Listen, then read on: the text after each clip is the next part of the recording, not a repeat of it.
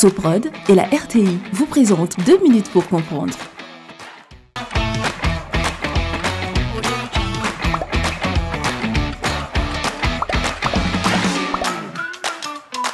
Bonjour, bienvenue dans 2 minutes pour comprendre, votre capsule quotidienne qui vous aide à comprendre comment fonctionne le monde qui nous entoure.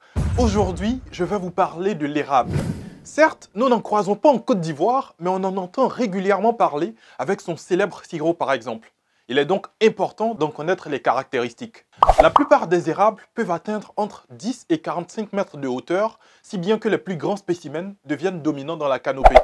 La canopée étant l'étage supérieur de la forêt. Les autres relèvent plus du terme d'arbrisseau, mesurant moins de 10 mètres. La plupart des érables tolèrent le manque de luminosité. Ainsi, beaucoup de petits spécimens s'accommodent de vivre sous le feuillage des arbres plus grands qu'eux. La plupart des espèces ont des feuilles caduques, autrement dit, elles se détachent et tombent chaque année à une période précise.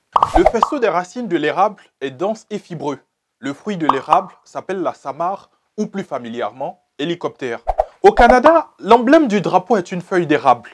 À l'est du pays, on produit beaucoup de sirop d'érable. Le sirop d'érable est obtenu par l'évaporation de l'eau contenue dans la sève de l'érable, communément appelée eau d'érable. Cette évaporation se fait en chauffant l'eau jusqu'à une certaine température. Selon la température obtenue, l'eau d'érable se transforme en sirop, en tire d'érable ou en sucre d'érable. Aucun produit autre que l'eau d'érable n'entre dans la composition du sirop d'érable. Je vous donne rendez-vous demain à la même heure pour un nouveau numéro de 2 minutes pour comprendre. Soprod et la RTI vous ont présenté 2 minutes pour comprendre.